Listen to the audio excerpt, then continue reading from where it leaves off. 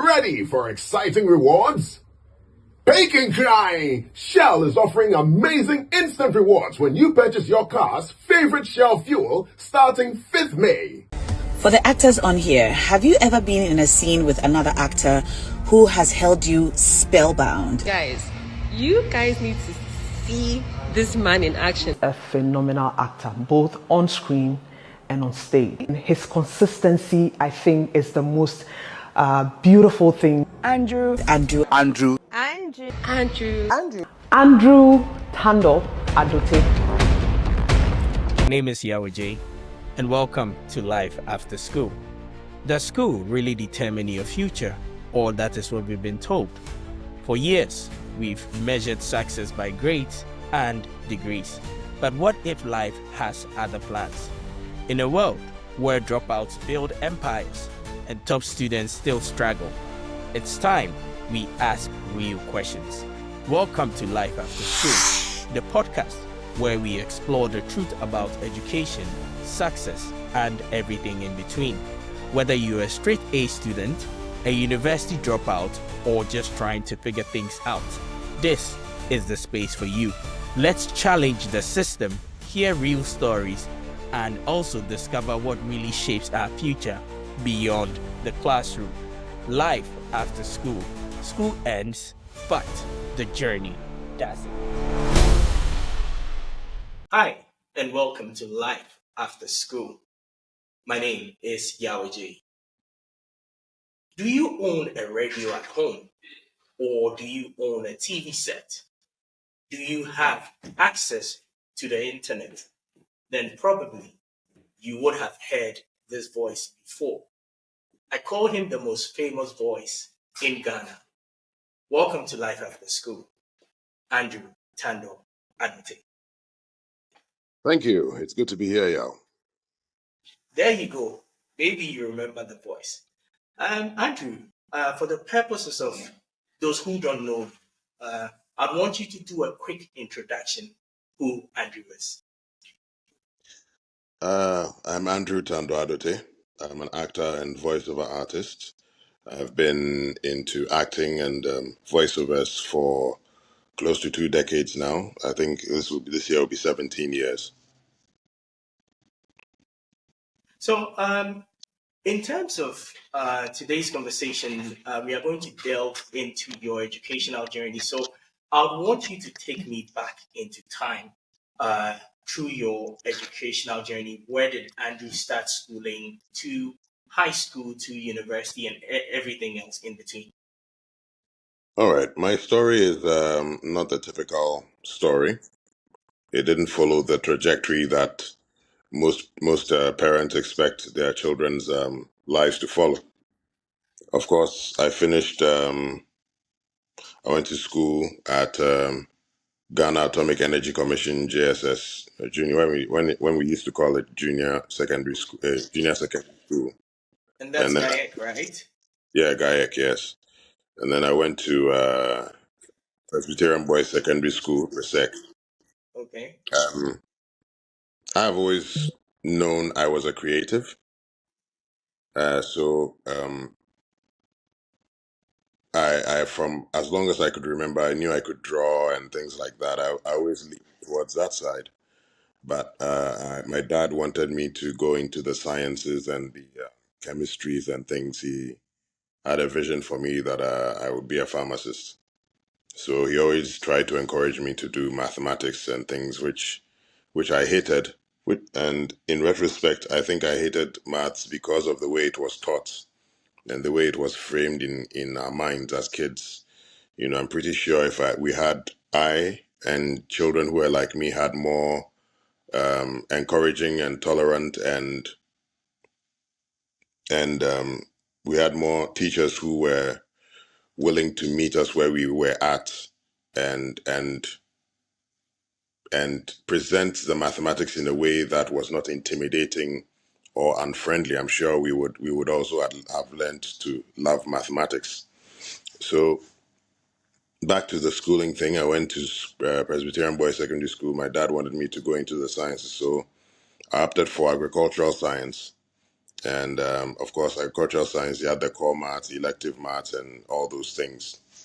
And even in secondary school, I was known, even though I was an agric science student, I was known for drawing and I was known for painting. When you go to Presec right now, there's a mural on the, I think it was the school library or something. There's a mural on the wall, which we painted. I painted along with a friend of mine who also was a creative but was made to do something in the sciences. And we found ourselves over there, and we, the two of us, with I think two other visual arts students, painted that mural on the wall. So I've always had that creative, um, shall I say, proclivity inside me.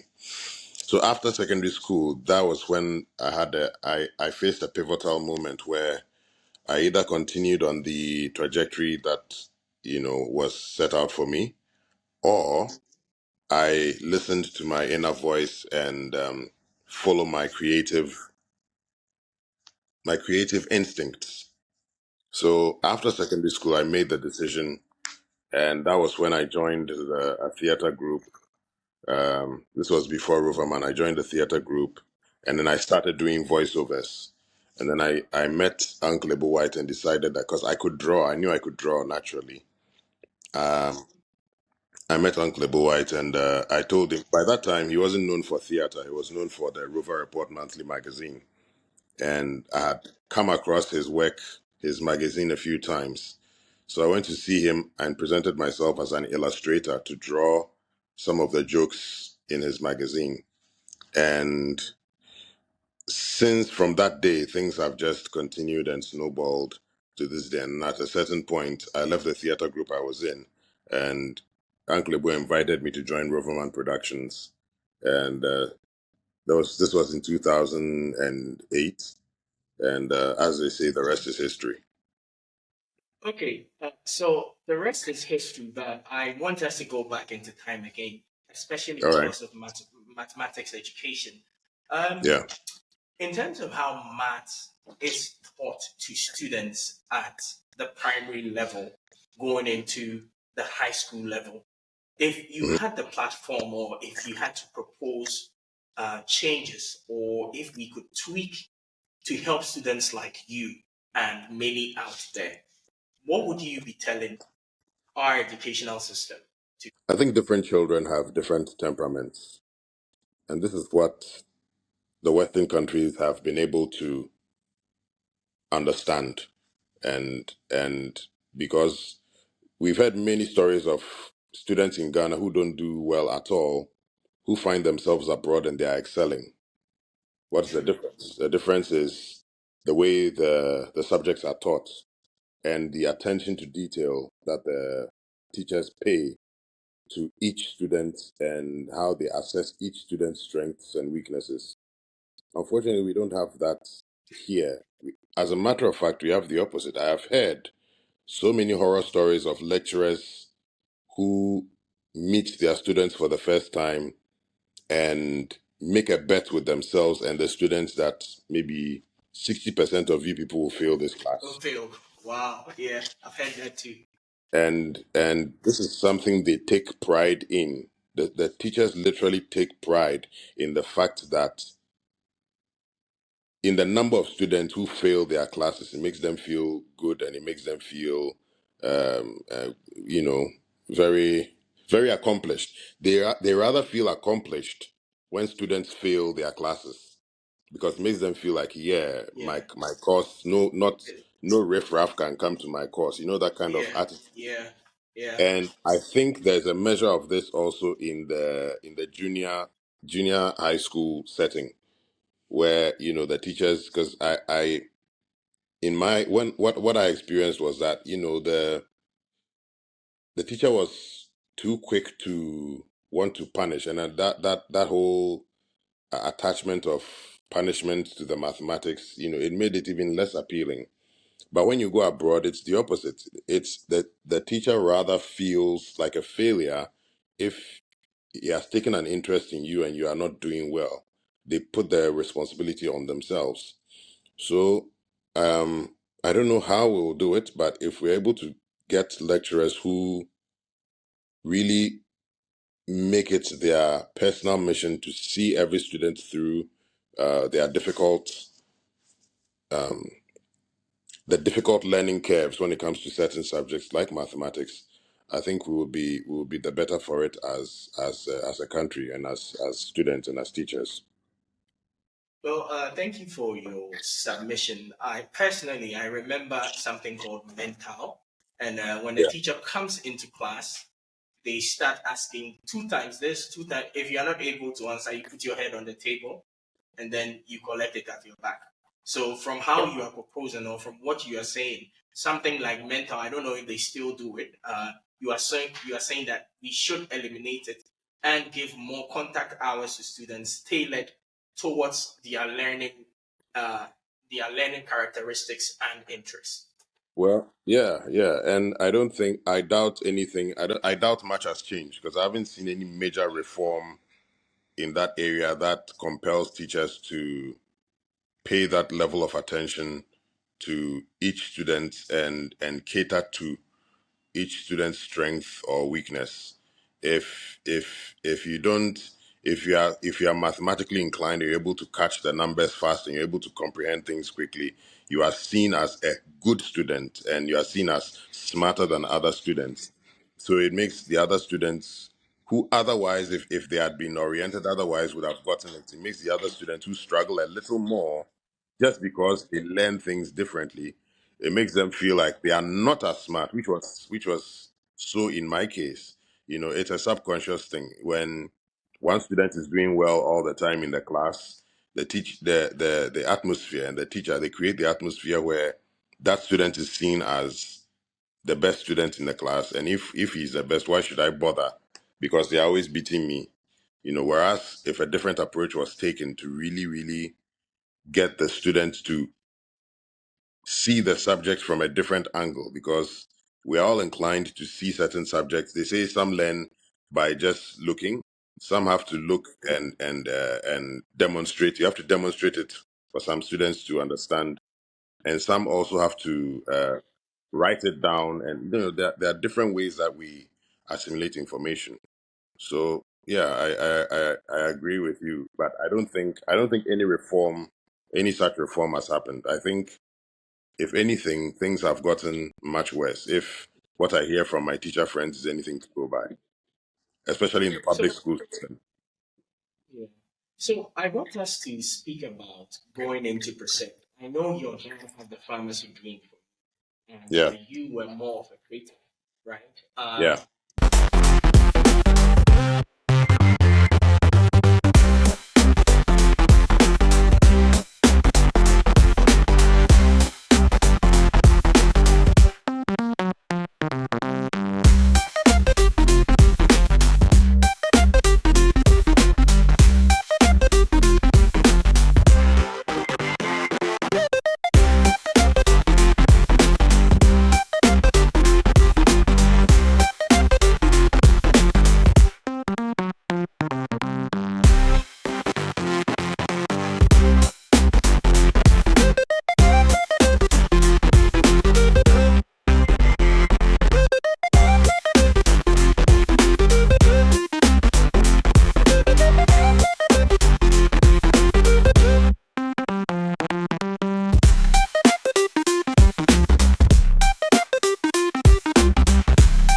You mentioned that you met Uncle Ebo White after Presec.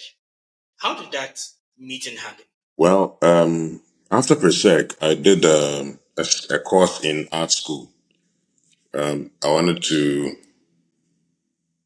now finally, after making the decision to pursue the arts, I decided to also brush up on, even though I could draw already, I wanted to see if there was anything else that, a formal training in how to draw and illustrate would teach me. They didn't teach me much of what I didn't already know or couldn't already do, but through that school is when I met Uncle Ibo White. One of my lecturers, my illustration lecturers, gave me something to go give to him, and that's how I met him. I knew the name, and I was finally meeting him, and I saw that he owned a magazine. And I kept that thought in my mind. So after art school, I did an exchange program in Malaysia and came back. And I was faced with whether to pursue what my father wanted or to really lean into my creativity. And that is where I reached the crossroads I was telling you about. Once I decided what to do, I decided to pursue the acting, the voiceover, as well as the illustration. And I didn't approach Uncle Bo initially as an actor. I approached him as an illustrator. And then when I started working with him as an illustrator, he then had started, it was the beginnings of Roverman. So what he said was, what else do you do? I said, oh, I also act, because I had joined the theater group at the Art Center around the same time. He said, okay, I'm working on something. When I'm done, I'll call you. So it was shortly afterwards that he invited me to join Roverman Productions. So Roverman Productions, since probably 2008, correct? Yeah. That's how many years? That's 2 plus 10 plus 5, 17 years with Roverman Production. Yes. With Roverman Productions, what has kept you with the establishment for this long? What are you guys doing different for you to stay on Roverman for this long? Well, I mean, first of all, it was a place that I discovered I could do what I was doing. And when I realized there was something I could do and do really well, because our educational system had taught me that I wasn't smart, I wasn't intelligent, and especially when it came to the subjects everybody praised. So I was happy to have found something that I realized I was really, really good at, and I could excel. I had the potential to excel, really excel at.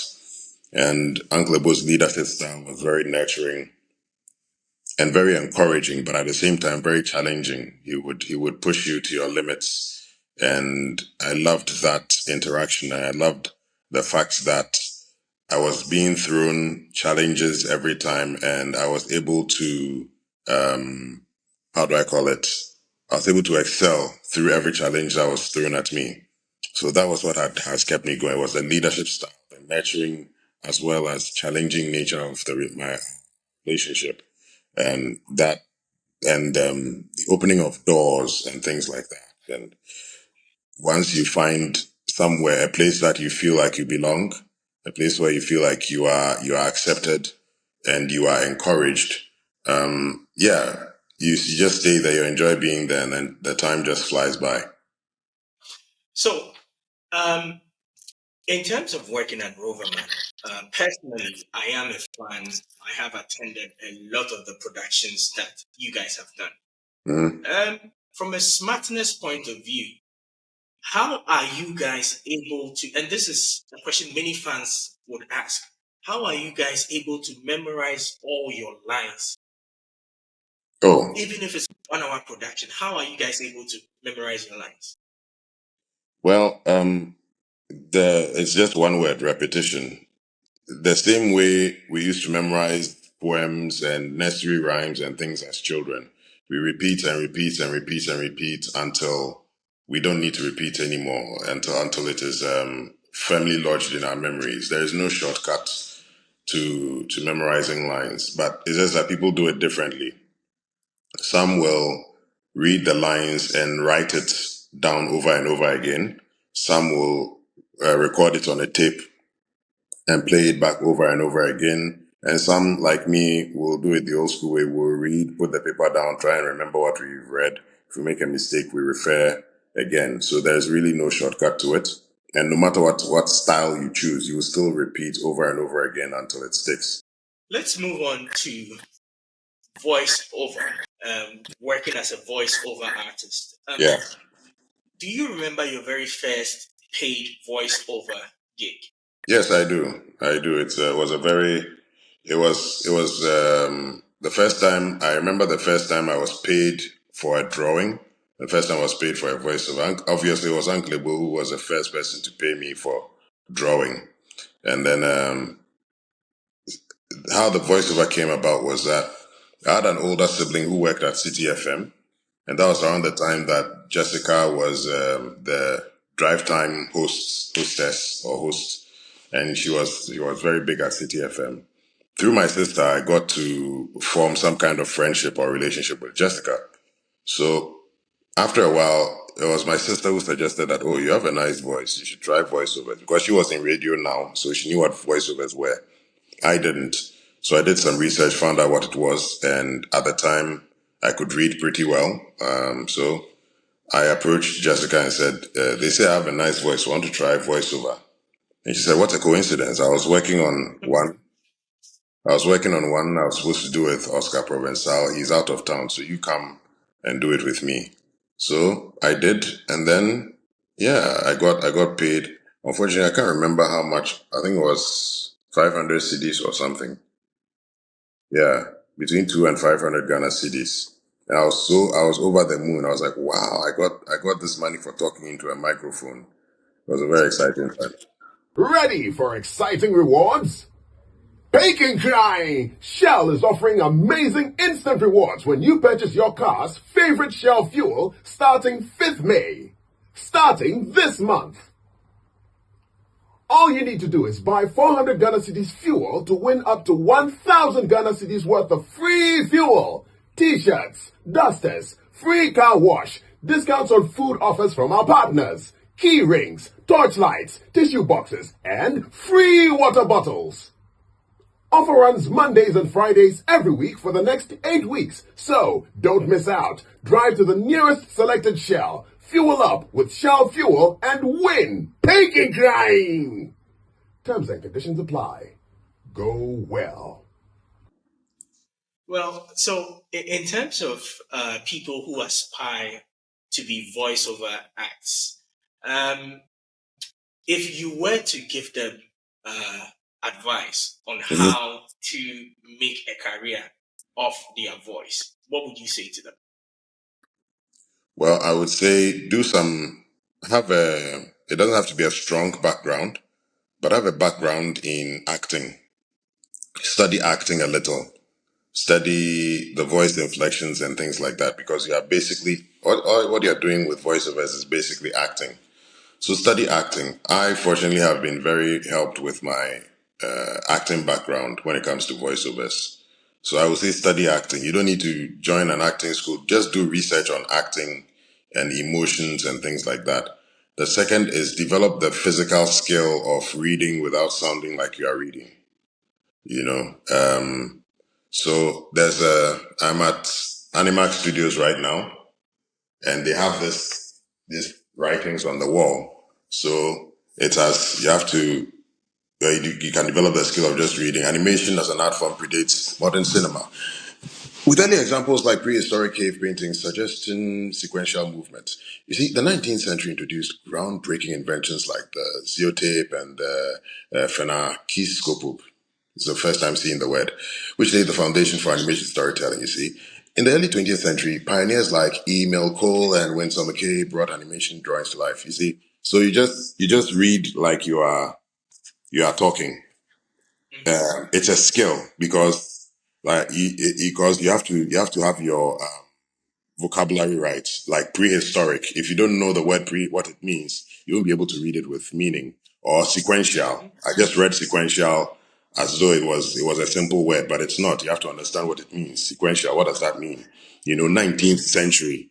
Then phenakistoscope. This is my first time seeing the word, so I couldn't read it well. But so just being able to read without sounding like you are reading involves one, having a large vocabulary, knowing a whole lot of words and how they are read, and also physically using your eyes and your mouth. So my eyes move 2 words ahead while my lips are reading the words. So I know the word that is coming next, and I'm able to read it as it is. And also, we did an event recently called 100 Degrees X, which was led by one of the two of the biggest, one MC, one DJ, two of the biggest in Ghana, Kabutema MC and Wishman. And I was tasked with being the voice of God voiceover. Now, voice of God voiceover means they hear your voice, but they don't see you. And like Big Brother, yes. So that's what it's called. That's what it's called, the voice of God voiceover. And it's live. It's not pre-recorded. So I was sitting backstage reading a script, but this is a party crowd and all that. I'm supposed to sound like it's a party, and I'm not, I'm not reading anything, but you are reading it live as the party is going on, and that's part of that's and if you don't have the skill of being able to read words rapidly, know your vocabulary, and understand exactly what you are reading as you are reading it, you will fumble, and because it's a lot of pressure, especially. I imagined if a new voiceover artist was asked to do that, the person would be so nervous because it's a live crowd, and you wouldn't be able to keep it together enough to deliver the voiceover. So yeah, have a background in acting so you understand the emotion of what the client wants, and then develop the actual skill of reading without sounding like you are reading. Like I'm talking to you. I could be having a script in front of me and I'm talking, but you won't be able to tell the difference because I'm speaking, naturally. It's a natural flow, it's a conversational tone. Good morning, everybody. I want to give a special shout out to an amazing actor I have met during this play, Andrew Tandoh. Guys, you guys need to see this man in action. Like, he's officially one of my favorite actors. Not only does he have like a trillion lines to learn, he delivers those lines with such class and power. Like, you guys have to come to the play and really understand what I'm talking about, because when you meet certain people, you're like, wow, you're officially a role model. You're officially like somebody I look up to. Guys, I'm not even capping. You have to come watch him, and me, of course, but come watch him today. Yeah. So, in terms of pursuing the creative space as a career, right? Recently, we've seen a lot of old actors and actresses who have gone into financial problems, right? With you being around for 17 years and even maybe over, if you were to give financial lessons, what has worked for you to creatives in the space, what kind of lessons would you tell them to master to be able to live off their voice and also their act? You have to understand that the creative space is a very unpredictable one. You're saying what has worked for me as though I have hit my financial stride. I seriously question that. It is a calling that you don't get to predict when you hit your financial stride in. You just have to stay consistent, look for opportunities, make your success your responsibility, yes, but you need to also maintain a very high level of consistency and excellence in what you do, and that will position you better for what is ahead. As far as I can say with hindsight, what I wish I had done, and hopefully that will inspire people. But what financial advice? I'd love to learn that. Yeah. So as far as financial advice, I don't think I've hit. I'm not sure I've hit my stride enough to be able to speak with authority on that. But what you can do now, I kind of came around at the dawn of the internet era, where Facebook was the biggest thing, and there was MySpace, and what was the other one? Tagged and things like that. But now, when you look around, you see that people are creating whole, how should I put it, programs around themselves. So we have people called influencers and things like that. And I look at people like Jeffrey Notte, who is creating his own content and has been able to build a following to where he can sell out the National Theatre on the strength of his name alone. So I think with creatives coming up, and this is what I'm also trying to catch up to this trend and see how best I can also brand myself in this new era, in this era. But you have to, it all starts with building a loyal following. However you will do that, I don't know. But you have to build a following to the point where when they hear your name, that you are doing something, people will come, and not just people will come, but people will be ready to spend money to buy whatever you are selling, whether it is whether it's a movie or it's music or audiobook or a book or whatever, you have to find a way, your own way of building a strong, loyal following. Because if you have, at any point in time, if you have 1,000 people who will be willing to take out money and buy whatever you are selling, you are in a very, very, very good position. Well, thank you for your words. With Sure. this being an educational and professional platform, I would want you to advise someone finishing SHS or Mhm. university who wants to enter the media space.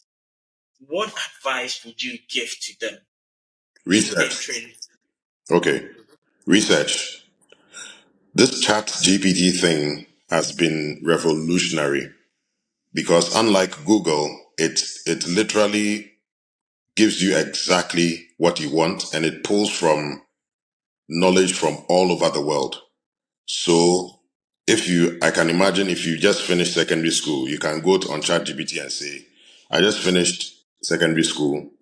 My interests are speaking. I like talking to people. I like communication and I like writing. What high earning professions do you think I can get into with these interests? And ChatGPT will give you a comprehensive list of things. Then you can say, what course do I need to learn? Or you can say, you say ChatGPT is a lecturer. Say, design a course in maybe communication or illustration or whatever, content creation. Give me a course in content creation that I should learn. Or I want to master content creation. What YouTube channels should I follow to learn content creation? And it will give you a detailed list of YouTube channels. So education as I grew up to see it, has been turned completely on its head. You can literally go to ChatGPT. So the rest is simply up to you and your discipline and your ability to sit down and not be distracted by social media and learn. The only thing standing in your way now is yourself and your discipline and your ability to learn. Or if you want to do paid courses, you go on ChatGPT and say, what paid course? I want to do a degree in this copywriting or communication or whatever. What courses should I study online? What online paid courses should I study? It will bring it up and you learn it. It will literally give you a step by step. So it's never been easier to acquire skills in our history than it is now. It just points you in the direction you have to learn. It's just that it can't memorize the steps for you. It can't learn for you. It can't study for you. But the path is there. If you are not lazy and you are not spending 5 hours on TikTok or whatever, you should be able to acquire skills. Even learning a language. You want to learn a language, you can go on ChatGPT and say, I want to learn French in 6 months. Which courses, which YouTube channels should I learn? Which courses should I do? Which free courses are online that I should do? Blah, blah, blah, blah, blah. It will get it for you. You understand? Yeah, Yeah. yeah, that's true. So I know December is coming, right? And Yeah. there would be Festival of Place. Mm-hmm.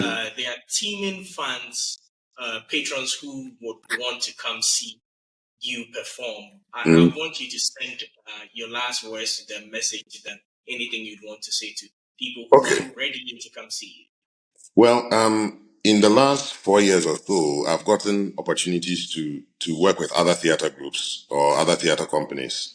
So I've done this year alone. I did most recently I did Black Star with Africa Arts Network, which brought in Shegun Arinze on stage with me, and then we did before that there was Death and the King's Horseman, the Wolik Shoyinka play, which I did with Image Bureau and April Communications. That's George Quay and Nashoko. And then before that, there was Africa Arts Network again with Honeymoon Hotel, which was Shirley Frimpong Manso's debut play. Okay. So, and then in December, in the middle of December, we'll be doing The Gods Are Not to Blame again. And then for Roverman, in December, the idea is being floated that we do Terms of Divorce, which is one of our most popular plays. So yes, I will. If we do Terms of Divorce, it's likely I'll return to Roverman to do that. So that's basically it. So if you're looking forward to seeing me again on the Roverman stage, it will be for Terms of Divorce. So Terms of pray Divorce. that we select that play, It's still nothing has been solidified yet, but pray if we select that play, we'll go into rehearsals and then we'll do that. So if you are looking forward to seeing me on stage again this December, there's The Gods Are Not to Blame. That one is confirmed, and then possibly Terms of Divorce. For the actors on here, have you ever been in a scene with another actor who has held you spellbound? Guys, you guys need to see this man in action. A phenomenal actor, both on screen and on stage. I refer to him as, the king of the Ghana stage. Like, you are absolutely mesmerized by the way they deliver their lines, the way they carry their emotions, the way they just play the whole act.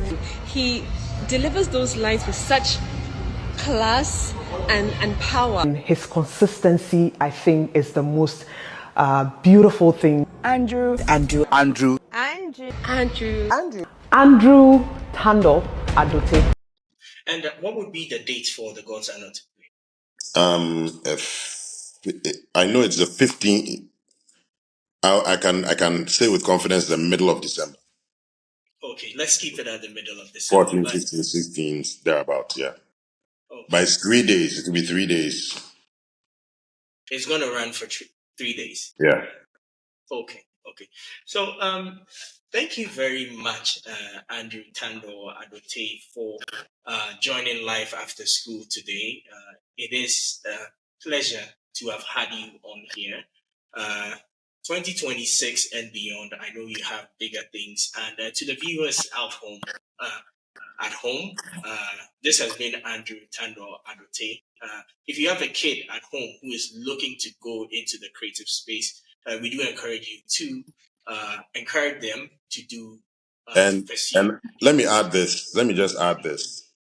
This is not like back in the day when your audience or your reach was limited to Ghana. Now, with the power of the internet, if you are good enough and you are smart enough, you can gain fans from all over the world. You can gain followers from all over the world. So there's really no limitation on you as a creative in this day and age. Okay. So that's just to encourage the parents. Yeah. Thank you very much, Andrew. Sure, my pleasure.